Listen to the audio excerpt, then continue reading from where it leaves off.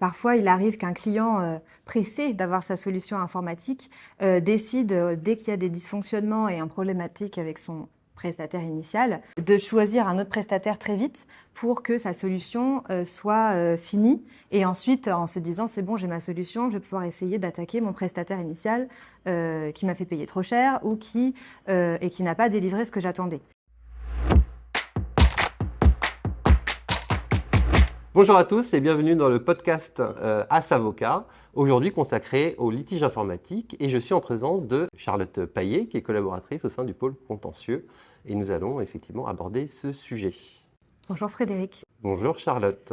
Donc nous avons effectivement choisi les contentieux informatiques pour vous exposer un peu comment effectivement un projet peut se monter et quelles sont finalement les bonnes règles à suivre pour que votre projet puisse aboutir. Puisque en l'absence de certains piliers, et je pense que tu vas pouvoir nous les énumérer, la gestion de ce projet peut se complexifier et on peut arriver à un litige et à un contentieux qui peut malheureusement coûter cher derrière. Exactement Frédéric. Alors un des fondamentaux, ça va être le cahier des charges, puisque c'est à travers cet outil que le client va pouvoir définir ses besoins.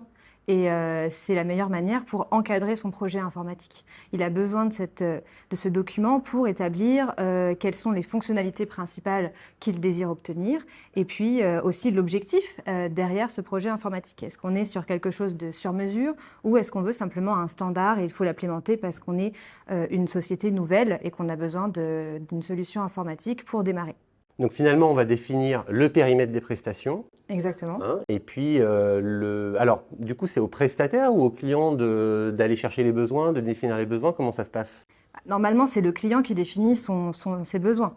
Il va devoir, alors potentiellement, il l'établit avant et puis il lance un appel d'offres pour avoir différents devis et savoir lequel lui convient le mieux. Ou alors, il trouve un prestataire avec lequel il a envie de travailler et il expose son cahier des charges pour construire ensuite le contrat et le calendrier. Mais parfois, on va se retrouver avec des clients qui n'ont pas de cahier des charges. Et dans ce cas-là, souvent ce sont des clients profanes, ça va être au prestataire d'expliquer au client qu'il a besoin de ce périmètre pour savoir ce qui est attendu de lui et établir un périmètre approprié, aussi bien en termes de calendrier qu'en termes de facturation. Et alors justement, c'est intéressant puisque ça relève quand même de l'obligation de conseil du prestataire d'aller chercher, de définir précisément les besoins du client, puisqu'on a eu plusieurs jurisprudences qui imposent effectivement au prestataire de faire cette recherche. Il est aussi important de préciser qu'on recommande la plupart du temps d'annexer effectivement ce cahier des charges au contrat. Pourquoi ? Mais parce que si jamais le devis ne correspond pas aux fondamentaux du cahier des charges, on va avoir un problème ensuite pour démontrer s'il y a eu des dysfonctionnements ou si est-ce que la solution a été délivrée de manière conforme ou pas, et puis est-ce que le budget correspond à ce qui était prévu. Ça peut par exemple poser problème dans le cadre de méthodes agiles qui sont l'une des méthodes les plus utilisées en ce moment, ou en tout cas qui a fait son entrée depuis 5-6 ans. Et qui sont Alors, est-ce que tu problématiques. peux peut-être m'exposer un peu plus quelle est cette méthode agile? Est-ce que c'est une méthode qui est efficace? Est-ce que c'est une méthode qui peut être coûteuse? Parce qu'il y a toute la problématique de la gestion du budget derrière un projet informatique et effectivement, on peut avoir des clients qui se retrouvent avec des sommes faramineuses et finalement, la solution n'est toujours pas délivrée. Exactement. La méthode agile, ça a été une bonne idée au départ puisque ça axe sur la collaboration du client parce que la faute dans un contrat informatique qui ne fonctionne pas, dans un projet informatique, c'est pas que la faute du prestataire, ça peut aussi être la faute du client parce que il faut qu'il puisse dire forcément à son prestataire de quoi j'ai besoin, dans quel délai, et c'est comme ça que j'attends que vous travaillez. Donc la méthode agile, c'était cette espèce d'outil qui allait permettre une vraie collaboration du client et au fur et à mesure, comme la construction du projet ensemble avec un prestataire professionnel qui allait pouvoir dire au fur et à mesure, on pourrait développer telle fonctionnalité parce que en fonction de votre activité, ça paraît pertinent, et puis construire quelque chose d'assez efficace. Le problème de la méthode agile, c'est que ça va être une facturation en régie. Donc autant passer, avec des ressources hommes qui vont être fixées, un nombre de jours hommes qui vont être fixés a priori, et puis en fonction si le client veut de nouvelles fonctionnalités ou s'il y a des bugs, ce qui arrive assez souvent tout de même, on va se retrouver avec des factures à rallonge. Mais le client, il n'est pas censé juste refuser de payer certaines factures sous prétexte qu'il n'aurait pas un produit fini. Il va falloir qu'il soit capable de démontrer qu'il est défectueux. Mais s'il n'a pas fait de cahier des charges et qu'il n'a pas défini ce qu'il attendait vraiment, comment est-ce qu'on peut savoir si le produit est-ce qu'il est défectueux en soi ou est-ce qu'il est défectueux par rapport aux attentes du client? D'accord. Donc finalement, la méthode agile, c'est une manière de compenser le fait que le client ne sache pas trop vers quelle direction ou quelle fonctionnalité il veut réellement développer. C'est ça. Et effectivement, ça peut poser des problématiques de facturation. Et c'est pas parce qu'on a des budgets complètement démentiels que le client ne va pas être obligé de s'en acquitter. Exactement. D'accord. Et la dernière question, et le dernier pilier, c'est finalement qu'est-ce qui va se passer si le projet il tourne au vinaigre, et c'est la prestation de livraison. Parce qu'effectivement, à la fin de chaque projet, on est censé faire un procès-verbal de recette. Exactement. Et sachant que le procès-verbal de recette, c'est un fondamental, mais on s'est retrouvé dans certains cas où il n'y avait pas de PV de recette signé.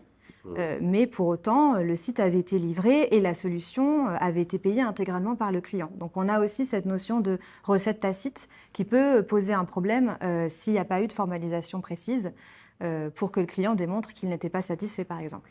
Alors après, du côté client, c'est pas parce qu'il signe un procès-verbal de recette que forcément il est content. Donc on recommande bien évidemment d'émettre un certain nombre de réserves, mais il peut toujours, parce que ça constitue finalement une présomption de livraison conforme, mais il peut très bien aussi inverser la charge de la preuve, ou en tout cas contester ce procès-verbal de livraison avec des pièces à l'appui pour démontrer au tribunal que le projet n'est pas conforme à ses besoins.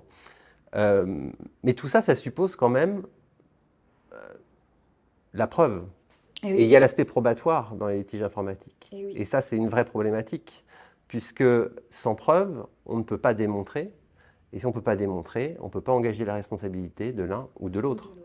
Donc comment on pourrait s'y prendre? En tout cas, quelles sont les recommandations, j'ai envie de dire, basiques à donner à ceux qui nous écoutent pour figer peut-être la preuve et puis se dire, bon, on va entamer un aspect précontentieux que nous-mêmes, on sera à même de traiter derrière. Exactement. En fait, c'est vrai que parfois, il arrive qu'un client pressé d'avoir sa solution informatique décide, dès qu'il y a des dysfonctionnements et un problématique avec son prestataire initial, de choisir un autre prestataire très vite pour que sa solution soit finie. Et ensuite, en se disant, c'est bon, j'ai ma solution, je vais pouvoir essayer d'attaquer mon prestataire initial qui m'a fait payer trop cher ou qui n'a pas délivré ce que j'attendais.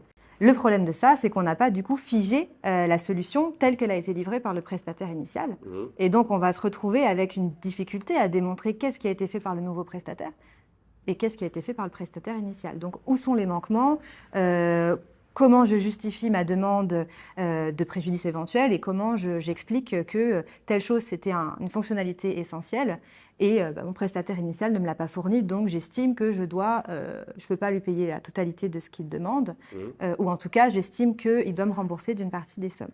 Donc l'idée, c'est vraiment, dès qu'il y a un dysfonctionnement et qu'on est tenté de changer de prestataire tout de suite, en tout cas, figer d'une manière ou d'une autre cette solution. Ça peut par exemple être avec l'intervention d'un huissier.